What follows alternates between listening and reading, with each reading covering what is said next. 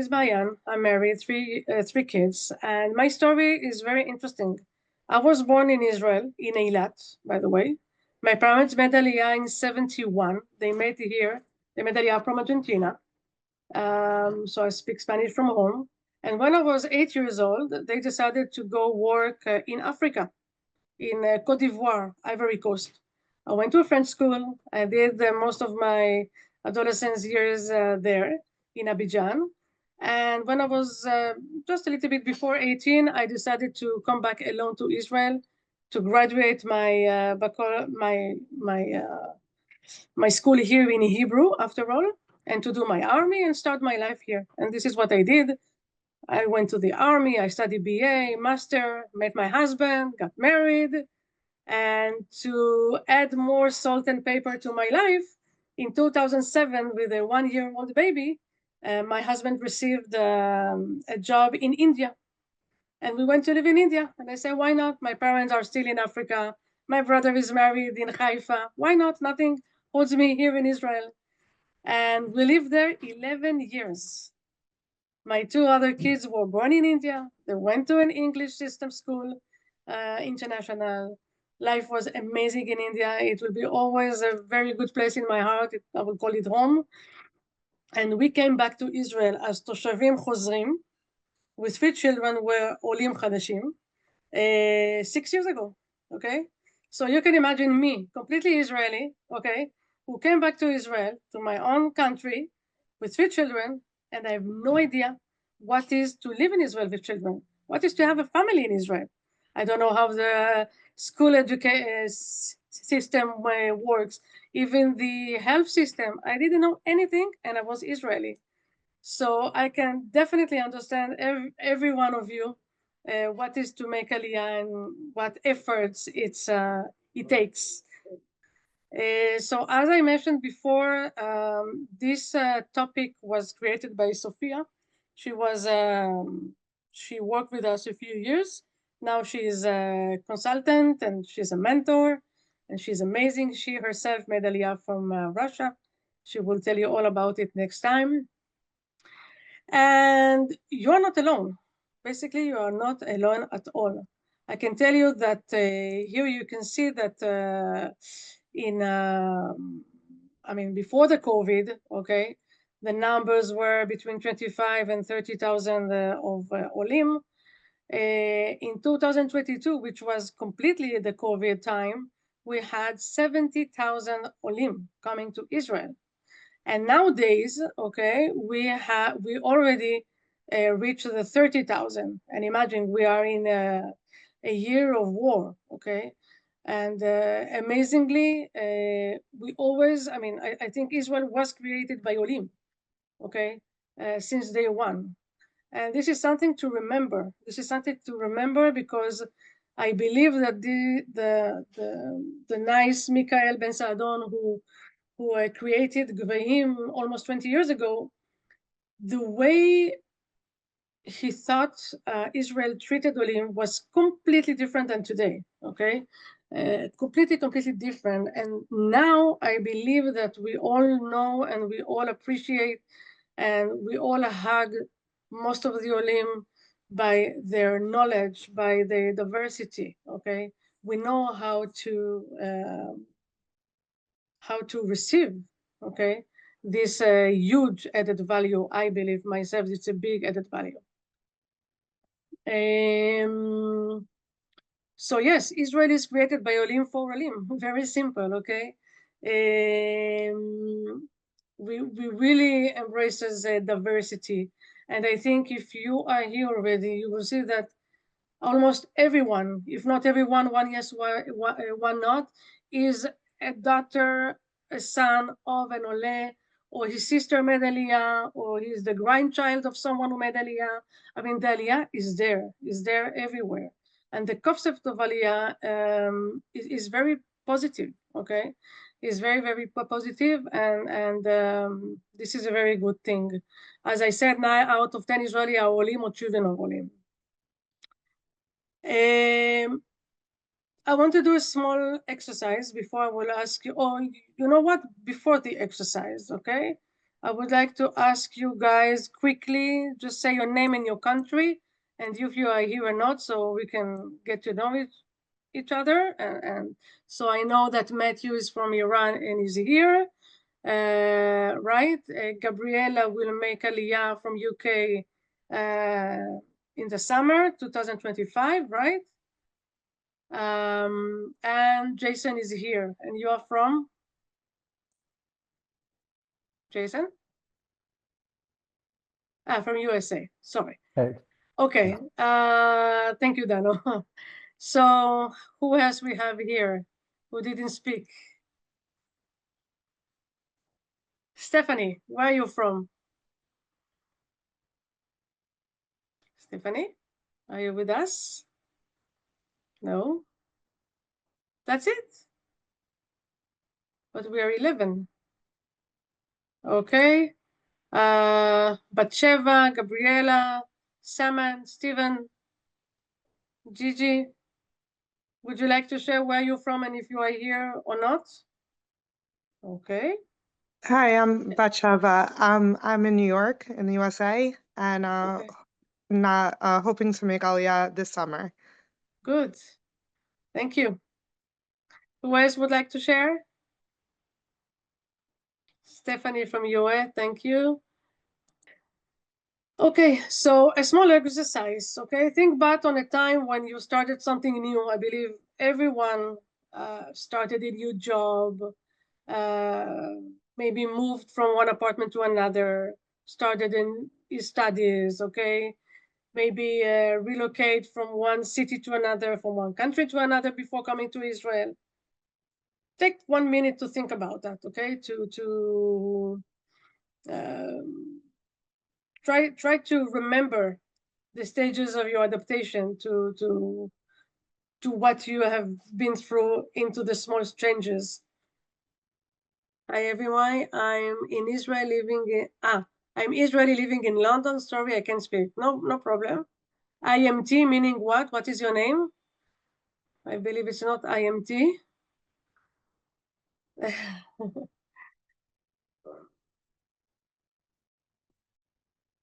Okay, so I believe that each one of us, when he started something new, he had some feelings, right? Of how do I start? Will I know people? Will I meet some interesting people? Yes or no, right? Maybe you were motivated by a reason of doing this, right? I believe that when we are talking about making aliyah to a new country, to a new culture, we can look back at our small experiences in our own country, remember how we did it, and just try to implement this in the new big step of moving to another country, because each one of us has the strength to do it. Maybe we do some things automatically and we don't pay attention to that, but this is a lot of power that we have with us, right? So sometimes we feel lack of motivation because we wanted to study something and we started and it's not what we thought it will be. Okay. Sometimes we try to navigate with the changes, to continue with the decision that we made. Okay. You had a job, you were not happy because the boss was, I don't know, hard on you, or because the salary was not enough.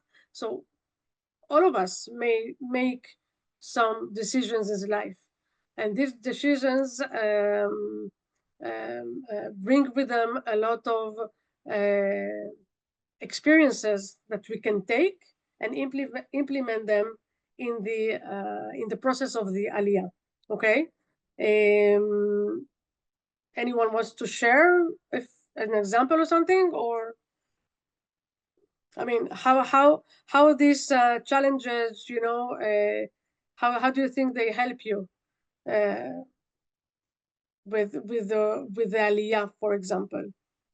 Did you think about it?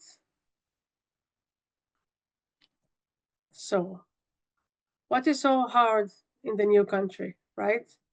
So I can tell you that one of the things that I decided when I moved to India, because I was an adult already, a mother of a baby with a baby, I decided not to compare, really not to compare anything. I took it as an adventure. I knew it was for 2 years at the beginning. Then we fell in love with India, so we stayed. Sorry, Simon, I can't speak. Sorry, I moved from Russia, Moscow, in Israel now. Thank you. And Dano is sharing his experience for job, meaning what? You change job, you mean? I mean, this is what you mean, Dano? So for me, I decided not to compare, okay? And when Israelis decided, I mean, they, in delegation, a lot of Israelis are coming, a lot of expats are coming, and because I speak three languages, so I was very much involved in the Francophone expat community and with the Latino woman. And I remember that a lot of people used to say, wow, it's very cheap, it's very expensive, I cannot find this, I cannot find the other. And I told them, guys, if you continue to compare everything that you don't have or have here and don't have home, your life will be miserable in India. Enjoy the country, enjoy the beauty that this country can give you, with all the difficulties. And yes, there are some days that it was very difficult, but if you learn to accept the beauty of the things, I think the integration is easier, simpler, and you can even enjoy it. Okay, so when we talk about moving to a new country, okay, we see we let's say that first of all we have the perception, okay, of the country that we are going through, the country we are moving to. Sorry, like Israel, everybody say it's very expensive, right? We are the Israelis are very arrogant, we shout, we don't respect, right? So this is a concept that most of us have about the country, and not necessarily is true, right? Um, um, so you can take these uh, these thoughts about a new um, not about only a new move to a country, but you can take as a big thing when you want to change something in your life, okay? Because I think it's behave almost the same, okay? So the comparing I was talking about before, we can see it here, okay? It's very natural that we compare, okay, my own country to Israel, okay, to the one that I'm coming, and it's take us to some feelings that we need to recognize and we need to accept, okay, especially if we move with kids, so for them it's easy to remember and to compare and to say I miss my friends, I miss my school, I miss grandma, granda, right? So I miss the food, it's not the same, I don't understand. So we need to recognize these feelings, we need to accept them, okay? And I believe that at the end it's our choice how we try to become stronger, okay? How we reflect that also to the rest of the family. Usually, most of us don't do Aliyah alone. Partner, parents, husband, wife, children, right? So it's very, very important to transmit this feeling that it's okay at the beginning to compare. Maybe it's natural, but slowly, slowly you will understand to accept and to see the beauty of the different culture without giving up on your own. Okay, as you remember, we start Israel is a mix of culture. when you said I'm Israeli or I live in Israel, what does it mean? We said that Israel started with immigrants. And we see now every year we have at least 20,000 of Olim. Okay. Any questions till now? No? Okay. So some of the parts I will give Sophia to talk about because she really did a very nice research in her studies. As you know, one of the first man who went to who went to Israel, right? I mean, it's we are the Israeli. We are everywhere, right? Everywhere. We invent so many things that from the simple thing of Waze, which is amazing, okay, to a pen drive, disk on key, and so many things that we are the one, and. I think it's an example that we can really are amazing in creating and thinking sometimes out of the box. We innovate things. Sorry, thank you, Dano. So Dano shares that he have a new job and he's a bus driver driving. Did you do the course without the Dano with Dan?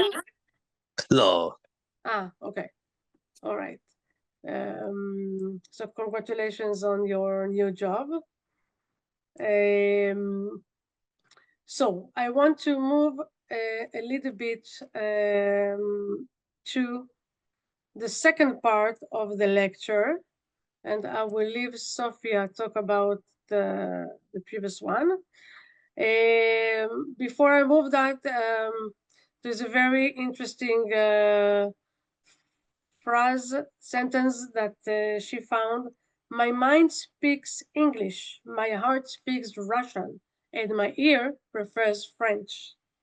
Okay, I really like it too. I think it's really the key and the beauty of what is to live in Israel. From my point of view, this is a sentence that Vladimir Nabokov said.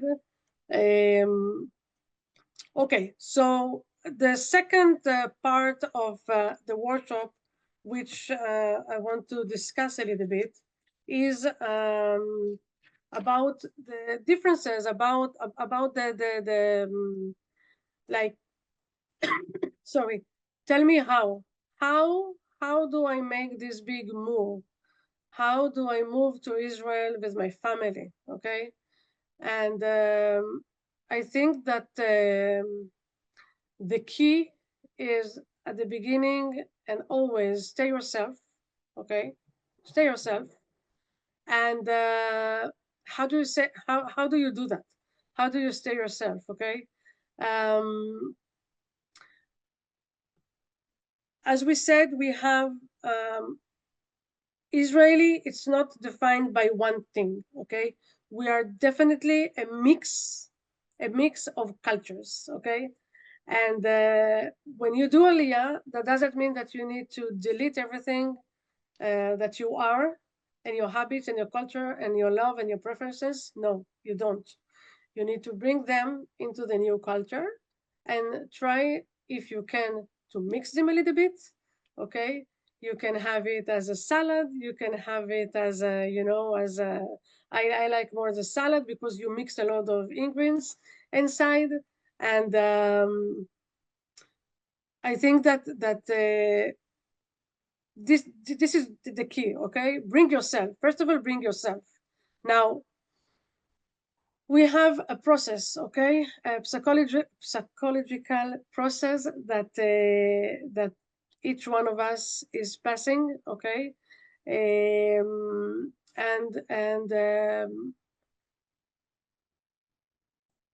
every time that we meet someone in the job, in the ulpan, when we want to look for an apartment and we meet with the landlord, we're going to the bank, we're going to Kupat Cholim, whatever we're doing, the simple things, we're going to supermarket, okay?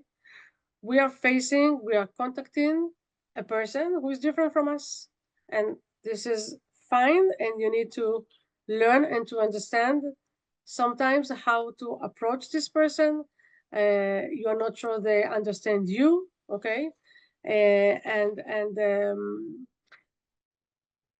I think that the fact that Israel have so much experience with immigrants over the years, we are more open-minded than a lot of other countries, by the way, I think, to accept and to even adopt some of the habits and the new culture to us, okay? So we have a few stages, okay? At the beginning, people are coming, staying in their own group of language, culture, which is normal. And slowly we have, like Barry's model says, slowly we can go into the integration, okay? Which is the usually with the kids, okay? With kids, it happened very, very fast in school, in kindergarten, without, I mean, I remember that I was so worried about my children, how they will handle, how will, coming from a very strict discipline in school. Here it was, everything was open. And I was amazed. After 6 months, they forgot that they can, not forgot, but they became so Israeli that I was really, really amazed by the way it happened. And it's because the children allow themselves to, from one hand, to let go, from other hand, to accept, to see, to absorb. So they integrate because they don't have a choice, okay? We need to be a little bit, we need to pay attention when we go into the separation process for a long time, because sometimes when it's difficult, we prefer to be separate. We prefer to stay in our own cocoon, to say, I don't have to, it's not necessarily, why should I? And it's not the right way, and we need really to be with our hand on the watch and see if it's taking too much time. I mean, you need to be aware of it and to address it.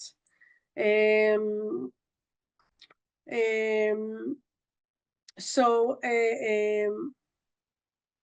we spoke about we spoke about the culture, which is, again, it's coming all over again. Why? Because your own culture and the things that we are bringing with us can help and will help also in the integration of the employment, for example, if we speak about the employment, okay? Now, just a second, I just want to, so the myths and the reality, okay? Israeli, we are informal, that's for sure. We are people who go straight forward. We like to take risk. We are very ambitious. We are entrepreneur by our heart. We are very loud. And we are improvisational. Now, who are the Israelis? Come on, open your mic. Tell me, what do you think about Israeli? What is, when we said Israeli, what does it mean? Hey, and then what I'll project on it is who I want to be Israelis, and they're Jewish Olim from all over the world, even from before 1948, bringing a wealth of cultures, and then obviously 20% of the country are non-Jewish. I don't know the exact breakout, but there's Arabs and Christians Of course. and internationals. But the Israelis, I live in the Merkaz, in Tel Aviv. Mm-hmm. And the Israelis that have endeared themselves to me tend to be neurotic Jewish people who overanalyze and overthink things with huge hearts, and they really want the best outcome for everybody. So they're Okay. juggling a lot of opportunities at the What do you think will be the first thing that the Israeli will put in his, scale of things? sensitive. Sensitive. Okay, interesting. Okay. But the way they Yeah. express that sensitivity is being really loud and putting it out there to build walls to protect themselves. Mm-hmm. Okay. And it took me a couple of years to understand this. To understand that. Yeah. Yeah. Okay. Will it be correct to say that we, the Israelis, we can come up with a solution to maybe any problem that we will face? Is it true to say that about us? If you're asking me, I don't know if I would agree that they will actually do it, but what I will agree is there's a very enviable ability to just jump right in and Exactly. not take no for an answer and really think they could come up with the solution, that they Mhm. could have an innovation, Mhm. because it's the mindset. I think the world and all of us think very highly of the economy and the country here, but it's really such a small country, and everybody, if they don't know each other, they kind of feel like they do, and they feel like they can just come up with the solution together. It's a weird community-based coming up Mhm. with the solution together with the security net that if that solution is not the right solution, that their neighbors in their village, literally their village, can help them fix it the next time. And there's not an embarrassment that the first attempt does not work. Mhm. And coming from America and coming from New York and Chicago in the American Midwest, Americans, in my opinion, are mortified. They're very embarrassed if their solution is not perfect the first time. Perfect. Yeah. So they And we are take there a to long try. time. Yeah, there's an unwillingness to try right away. And in Mhm. Israel, people just put their balls on the table and there's no embarrassment. No embarrassment. We are here to try and to find a solution, even if it will take us on the second shot and not the first one. Now, we said, people said that we are very tough, right? But if you really, really know people from Israel, you will understand that we are maybe tough from the outside. So we are maybe tough, but we are very, very soft from the inside. And this is like the Sabres, okay? It looks very tough from the outside, but it's very soft from the inside. The Israeli people will put their family at the first. We are very, very much taking care of the family. We are very, as you said, Jason, that the Israeli will help everyone, everyone in need, and we saw that in the war. Okay, people who didn't know each other, they just jumped to help and they went there to help the kibbutzim, the people, the soldiers. Okay, we bought stuff, we cooked, and this is something that is it's one of our DNA. We are there to help each other. We are very open. We are very open. Sometimes it could be a little bit tricky, especially when you're not used to that kind of culture, because you might meet someone in the coffee break in your office, and that person will ask you a question that for him it's completely normal, and you will find it like, oh, this is so private, why is asking me that, right? So sometimes it's important to understand that we are more open than others, and it's not necessarily that they interfere the intimacy, but we ask questions, and it's not inappropriate to, by the second time that you meet someone, his history, right? The name of the kids and the husband and what school they goes, and it's very natural, it's very common here. And this is related to the personal space, okay? Some culture, the personal space is very, very important, okay? Physically, and also by the questions that you are asking, not only physically. when we said loud, it's meaning that it's not only loud by voice, but we like to exaggerate in our reaction almost to everything, right? So it's again, if you see the things that I'm mentioning, it's all related again to almost the same thing. We are open-minded. We like to help.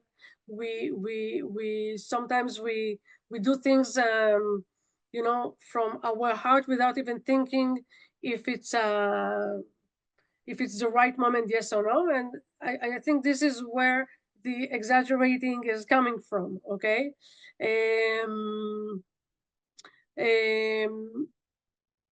So you will hear that Israelis are complaining about everything. It's very expensive. Why it's like this? I want to move to another country, but you will ask them, and they will ask you, why did you move to Israel? Like people ask me, by the way, why I left India with all the help I had. And the answer is very simple. There is no place like Israel, really. The freedom that my children have here, they didn't have it and they will not have it in any place in the world. Not in Argentina, where I have my cousins, not in Europe these days, and definitely not in India, okay?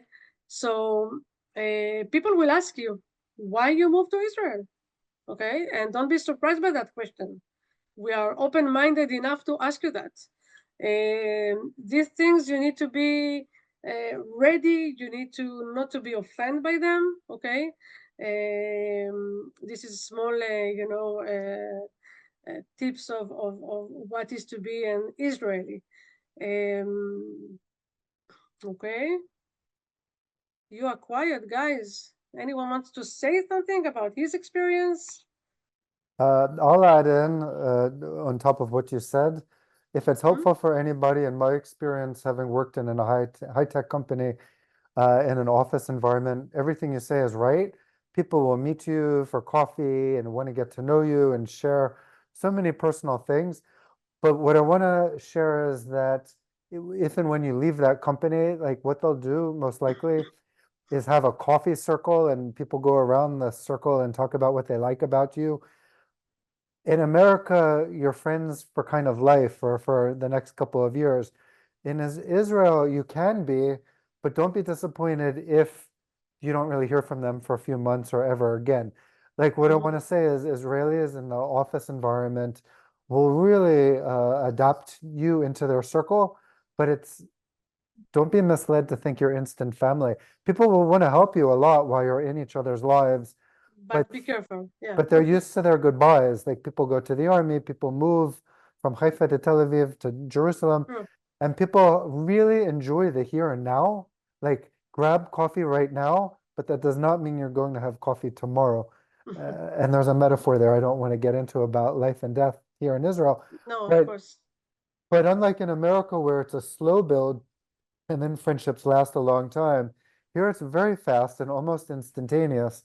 So just kind of to anybody coming here new, I would advise you to navigate that. At least that's been my experience. I agree. Thank you for that input. I agree with you. I think that because I mean, when you said, we are moving very fast from one thing, from one job, for example, to another.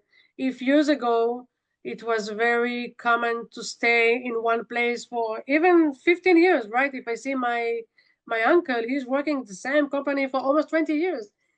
Today, and in Israel, it doesn't exist almost. I mean, people are moving very fast from one thing to another, from different reasons, to upgrade their salaries, to upgrade their experience, of course, and because they cannot stay in the same place for a long time. Very simple.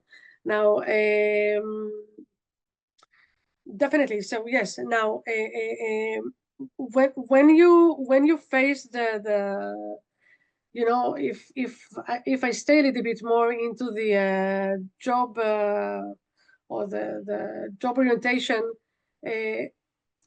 something that is also, when we talk about culture, the high tech, for example, okay, here you will rarely see people, CEOs going with suit and tie, almost not. At the same time, it doesn't mean that you can come with Havana's slippers, right, and a jean with a lot of holes, right? So there is a balance. I mean, we are very simple, open kind of co-dressing, right? But at the same time, especially when you go to interview, don't over be open, okay? This is the things that usually what I said is like, even me, when I dress to work, I'm used to a different culture, okay? For me, going to work with a jean without a jacket, it's a little bit tricky. I mean, I don't feel comfortable with that. So you need to see and to take the balance of it. I mean, stay with your culture, because in Europe, in the States, you know, we are used to dress a little bit more casual, elegant than completely casual, but don't over. I mean, and when you go to an interview, try to log in a little bit and learn about the culture of the company, okay? Because depending on the company that you are going to take the interview, could be an international company, it could be a French, UK, US company. Really go Google it, see pictures, see what is the culture in the company. Very important, because our experience in our skills, it's very important, of course, but when you also know about the culture of the company and you try to fit in, it can help you. Those small things can definitely help. And of course, never go to a company without knowing, never go to an interview to a company without knowing what they're doing, okay, obviously. Just to see the chats. Okay. All right. So,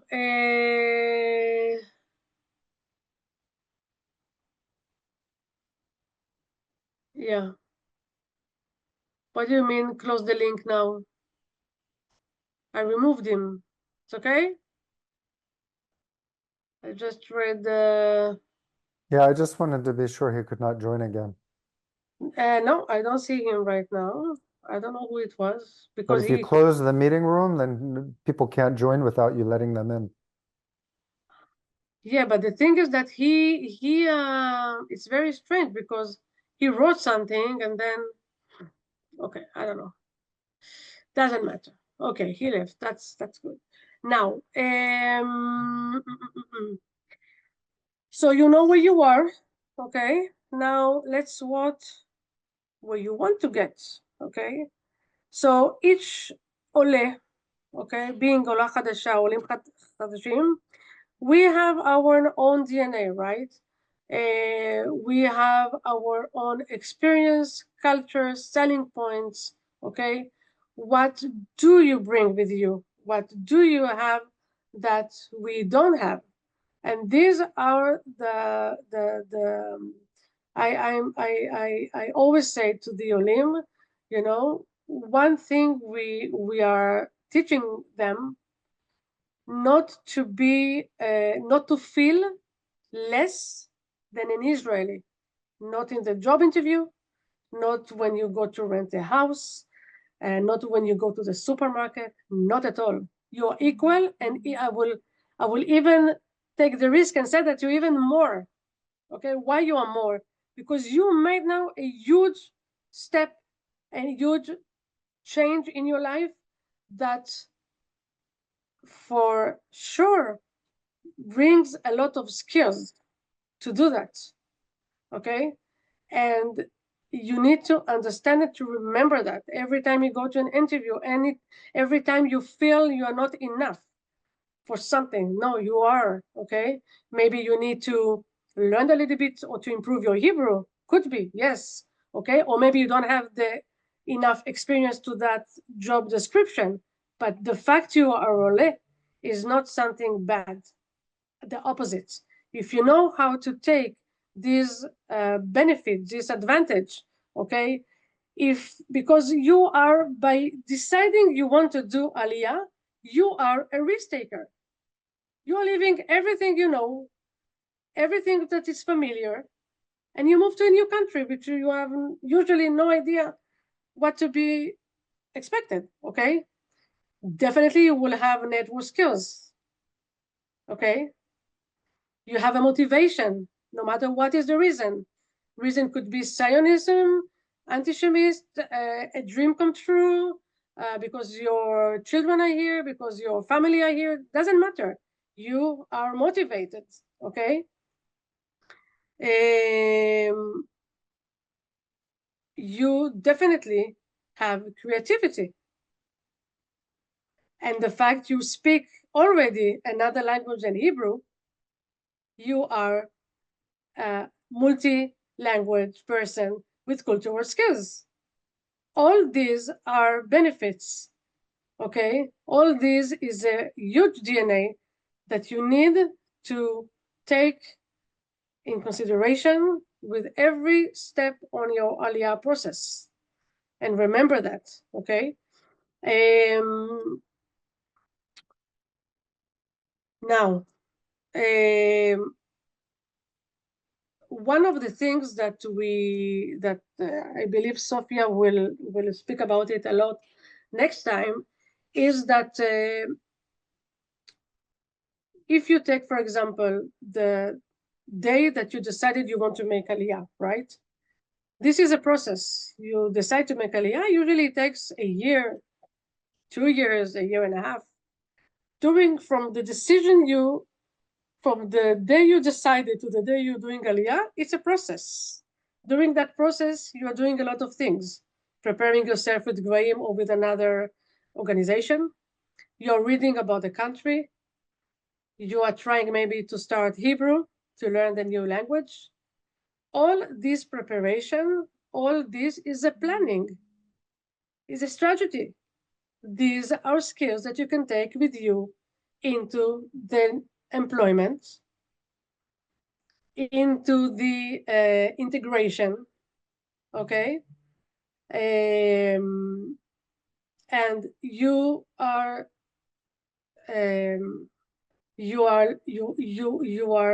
getting experience with a lot of learning process, understanding process, taking decisions, okay? So these things, these skills really, really, really are amazing, and they will help you. Questions? Anyone? Come on, let's make it interactive. Please share your point of view, what you think. Maybe if I talk again, people will get tired of hearing my voice and jump in. Also, because it's late here in Israel, I will say goodbye. I want to thank you very, very much for doing this. But first, looking at this list and things you said, the list about like being motivated, being risk-taking, it's really, really true. People here will really respect you for that. And people are coming from all over the world, it sounds like, from the chat. And I don't know other cultures, but in America, maybe New York, maybe LA, but most places do not reward that. And I think a lot of Israelis will really be really happy and surprised if you put yourself out there. I don't mean this in a negative way. It's just a little warning. Places like Gvahim and Nefesh B'Nefesh, they will kind of roll out the red carpet for us. But day-to-day Israeli, while they're kind of excited to meet us, generally don't. They just want to know, like, okay, you're here. What can you do for me? And if you should just come prepared to any kind of interaction, even buying like a sweater at a store or a coffee at a coffee shop, the people standing in line will hear your accent and get in your face and ask, like, where are you from?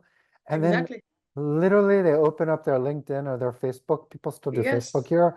And say, let's connect and let me introduce you to my cousin because his wife is in HR at this kind of company you want to work at, and it will really happen. So just like be prepared at any interaction. I will, and take that risk, is what I want to leave you with. So thank you for mentioning that, because there is something that we always say to our Olim in the pre-Aliyah program. It's literally take a book, take a paper, take an Excel, whatever. And from before you're making Aliyah, try to make a list from all the people you know in Israel. And believe me, I'm sure everyone knows at least one or two people. And keep adding people you know over the time, especially when you do Aliyah. And it sounds stupid, but believe me, it's not. Why? Because even the mother of the child in the gun, in the school, in the class, she knows someone who knows someone. And by the day you will be ready for the job search, it's not like you will tell her, okay, take my CV, what you can do. No, it's not that. That's not the way to do it. The way to do it is to upgrade your list of network. And if you are seeing a job offer in an X company, you Google, you see that you are sick, and you remember, because the list contains name, phone number, email, and the company or job description. And you remember, oh, Sagit, the mother of Amit, she works in Intel, in Teva, in Amdocs. Maybe she can help me. And this is how things are doing. It's not that someone will take responsibility without knowing you, but they will help you in telling you about the job. They will give you maybe some highlights about some experience you are missing, yes or no. Of course, professionally, Gvahim is here to guide and to help you. But this is what Jason just said. It reminded me really of one of the basic things that we said. Start with your Hebrew abroad. Don't wait for the Ulpan. It's not enough. 5 months is 100%. nothing. It's nothing. Rama Aleph, it's not enough. Okay? And again, we said about planning strategy of self, right? The moment you decide that you want to do Aliyah, start learn Hebrew. Take it as a family project. If you have children, every Sunday, 1 hour in front of a Sari or for something, make it as a project together, okay? And start with your network list. And you keep adding names and companies, and you will see that this list will grow. And when you come to Israel, it will still grow. And you can never know who can help when. Okay, I will end with that because this is very important. And yes, I wish you guys will share it a bit more. Thank you, Jason, for all the input. Good night. I know it's late. Good luck, Lishon. Can I add one more thing, actually? Of course. Of course. Israelis really love coffee, and they love talking about getting coffee. And in my experience, it's a very bad idea in my world, marketing, to ask people for a job interview. It's a very good idea to ask people to meet for coffee. Exactly. And half of the time, Absolutely. they will not meet for a coffee, but they're happy that you asked. And then they'll start chatting back and forth. And so the last thing I'll leave you, and Maayan, please jump in. Don't send very long messages, especially not in English. Keep it short and focused and have a dialogue instead of sending a very long cover letter. It will not agree. get read. They will not read everything, and they'll think you're kind of too American or too British. Keep it short and very friendly, and let them agree. have an open door to come back to you. Laila Exactly. tov. Toda, Jason. Good night. Thank you very much, everybody. Bye-bye. Bye. Bye. So, guys, any questions before we end this session? Please share something. I hope you enjoy. I feel like I spoke a lot. All right, guys, take care. Have a Shavua Tov whenever you are. And thank you very much.